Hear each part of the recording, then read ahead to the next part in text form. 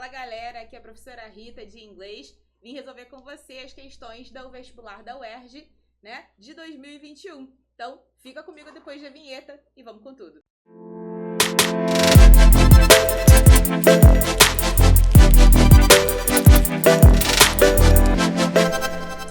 Bom, estamos aqui então e vamos falar desse negócio. A gente tem dois textos. O texto então Morro Velho, tá? Que é o que a gente vai tomar como referência para ver aqui toda a análise desse texto The Boxer. E aí a gente já vai pegar aqui pontos de referência entre os dois textos. Lendo esses textos aí, a gente vai ver que existe uma característica que é marcante aqui e que a primeira questão já vai cobrar de cara. Quando ele bota lá, the lyrics to the songs The Boxer and Morro Velho mention characters who move to other cities. Então, a gente tem esse primeiro contexto ali nos dois textos, né? Falando dessa saída de um certo lugar. Então, no Morro Velho, a gente tem a saída do sertão, a gente tem a saída, né, do filho do dono que vai para a cidade estudar, né, que volta com a menina que vai apresentar para a família. Ele fala ali desse marco, né, em que ele tem um amigo de infância e a gente já consegue idealizar que esse amigo, né, é ali um serviçal, ou pelo menos filho dos serviçais, né, dessa família que tem posses. E quando eles voltam, eles estão afastados. O que volta agora, o filho do patrão, ele volta para ser chefe, né? Então é isso que a gente tem no primeiro texto aí, que é o Morro Velho. Já no The Boxer, o que a gente tem é toda uma trajetória de uma vida difícil de né, daquele cara, e ele vai tentar ali a vida na cidade grande. Então ele sai também de um lugar, de uma região em que ele vai tentar uma vida melhor. E aí ele começa a falar das problemáticas, né, desse viver na cidade, o quão é difícil, né, os perrengues, né, ele vai colocar ali vários valores difíceis, né? Várias coisas difíceis que ele vai enfrentar. Então aqui nessa música, tá? Ele pergunta pra gente o seguinte: a common feature concerning these characters' lives is the early age when they left home, the marital status when they came back, the difficulties faced when they were away, the social condition when they went abroad. Bom, lá nessa questão 12, é marcante pra gente quando ele diz ali common feature. Então, o que há de comum nessas características? Feature é characteristic, tá? Característica, a mesma coisa. Então, a similaridade ali está na early age, tá? Ele vai colocar ali pra gente no início, tá? No meio, na verdade, no meio do texto do Morro Velho, a gente percebe ali, né, quando ele diz na segunda estrofe, correndo, né, o filho do branco e do preto, correndo pela estrada atrás de passarinho. Essa referência de correr atrás de passarinho é uma referência à fase infantil, né, à fase de molecagem, de infância. E ele continua pela plantação adentro, crescendo os dois meninos sempre pequeninos.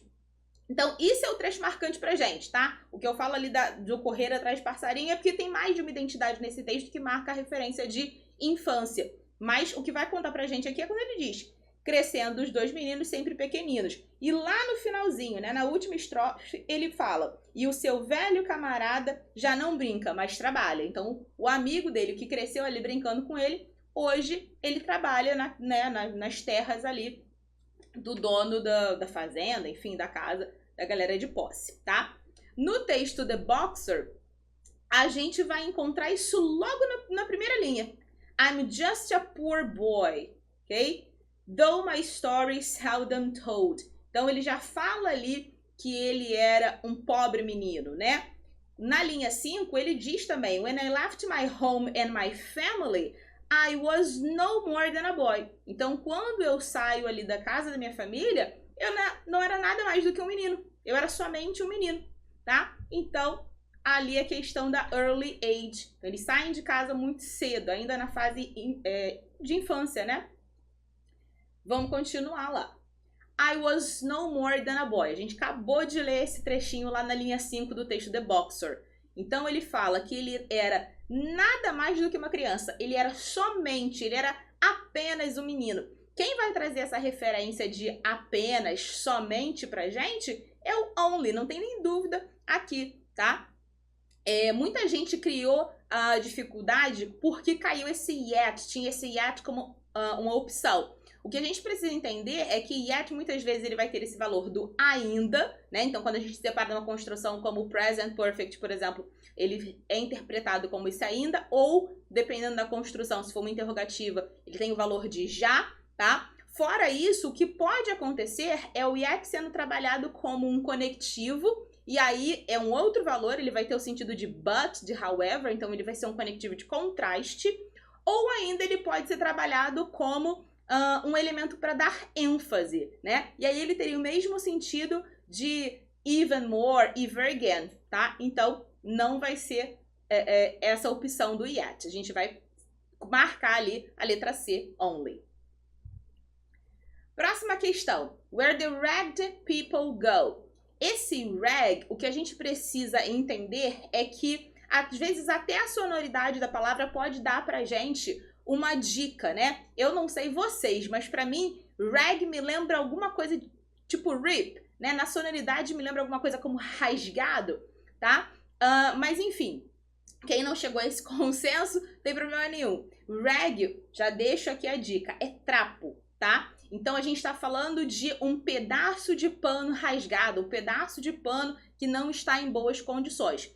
Logo, essa referência aqui de ragged people é a referência de pessoas que não têm ali as roupas em boas condições, em plenas condições. E diante do que ele vai tratar ali no texto, a gente vai entender no momento em que ele fala da rail station, né? Na linha 7, in the quiet of the railway station, running scared, laying low. Então ele fica ali nas estações de trem, né, assustado, ficando na dele, mansinho, para não chamar muita atenção, seeking out the poor quarters, né? Então ele vai tentando achar um lugar, né, onde as pessoas, moradores de rua, as pessoas mais pobres, onde que elas conseguem ali achar um abrigo, tá? Where the ragged people go. Então, essas pessoas que têm ali condições paupérrimas, onde que elas vão? E aí ele vai atrás delas para também conseguir um abrigo. Então, rag aqui, a referência né, ragged people aqui, a referência é de need, tá? Uma pessoa in need, ou seja, the need é aquele que precisa, é aquele, tá, que não tem condições, beleza? Os necessitados. An example of paradox can be found in the following statement. Então, na questão 15 aqui, a gente vai pensar nessa situação de paradoxo, tá? Só lembrando, então, que a gente precisa, quando fala de paradoxo, entender onde eu vou ter uma coisa que apresenta argumentos distintos, ou seja, uma coisa que se fala não condiz com a outra, elas são opostas, são ideias divergentes, tá? Na primeira, asking only workman's wage, I come looking for a job, não tem nada que me apresente isso aqui, né? Então, ele vai procurar por um emprego, ele pergunta ali onde esses homens normalmente trabalham, ok? Letra B, and younger than I will be, that's not unusual. Mais jovem do que eu poderia ser, do que eu vou ser, e isso não é incomum. Também não tem nada aqui. After changes, we are more or less the same. Opa, algo me chama atenção. After change, depois das mudanças, we are more or less. Eu tenho duas palavras que se opõem aqui, mais e menos. Então, eu sou mais ou menos o mesmo, a mesma coisa. Então, ou ele é mais ou ele é menos. Não tem como. Vamos só olhar D por desencargo, mas a gente já sabe que a letra C, o paradoxo, tá aqui em more or less. And I'm laying out my winter clothes, ou seja, ele tá ali colocando as roupas em algum lugar, tirando e guardando essas roupas em algum lugar. And wishing I was gone. E desejando que eu já tivesse partido, que eu tivesse longe daqui, né, fora daqui. Então, também não tem nada nessa questão. Obviamente, o paradoxo tá na letra C. Vamos para a questão 16. In line 13, come on is a verb transformed into a noun. Não, aqui teve um tanto de problema que as pessoas Acho que faltou só pensar um pouquinho, galera. Quer ver? Vou chamar sua atenção para uma coisa interessante. Quando você fala come on, tipo, come on, let's go to the movies. Você tá fazendo um convite, você tá fazendo uma invitation, né? Esse come on, ele é atrativo, tipo, vem comigo, vamos. Só que aí você tá usando ele muitas vezes como uma chamada mesmo para a pessoa, né? A referência desse come on é que ele é um phrasal verb. Ele é utilizado nesse sentido de convidar, né? Ou entrar, mas existe essa relação do entrar em algum lugar ou chamar alguém para algum lugar. Ele tá dizendo a questão diz pra gente que ele está sendo transformado em um substantivo. Então, this noun has the following meaning. Qual é o sentido, qual é o significado desse come on? Vou voltar no texto só para vocês verem direitinho lá o momento. Na linha 13, ele diz: Just a come on from the horse of 7th Avenue. Então, o que ele diz é que ele estava ali procurando por emprego, ele ia nesses lugares onde as pessoas conseguiam trabalho, né? E aí, but I get no offers. Então, ele não conseguia oferta nenhuma. Olha a palavra offer, aí já te dando um alerta. Ele não tinha oferta de emprego. E aí você tem just a come on, somente um convite, ou seja, somente a oferta das prostitutas da 7ª Avenida. Então, aqui, come on nada mais é do que uma oferta, do que o convite que ele tinha, tá? Logo, letra D, invitation. Na questão 17, nor is it strange. The inversion observed in the line above emphasis what is being said. Another way of expressing emphasis is exemplified in the fragment below. Ele vai falar aqui, então, de ênfase, tá? Onde é que eu encontro uma referência de ênfase? Ele diz pra gente que a inversion é um momento em que a gente também faz ênfase. Sim, beleza. Logo, eu vou pensar na referência. Que momentos na língua inglesa eu consigo pegar essa referência de ênfase? Na inversão, no momento em que eu uso even e numa construçãozinha que a gente já conhece, que é chamada de present simple, né? Mas a gente normalmente reconhece no present simple, mas a gente faz em qualquer tempo verbal, que é quando você pega o auxiliar, tá? Que seria ali da forma interrogativa, você coloca aquele auxiliar ali e mantém o verbo na sua estrutura base, né? Na sua estrutura fixa. Então, aqui na letra B, presta atenção que ele faz exatamente isso. Se você está numa sentença afirmativa, o que você diria é I declare, né? Logo, aquele do tá fazendo o que ali? Aquele do tá sendo usado somente para dar ênfase, para fazer reforço. Porque em auxiliar,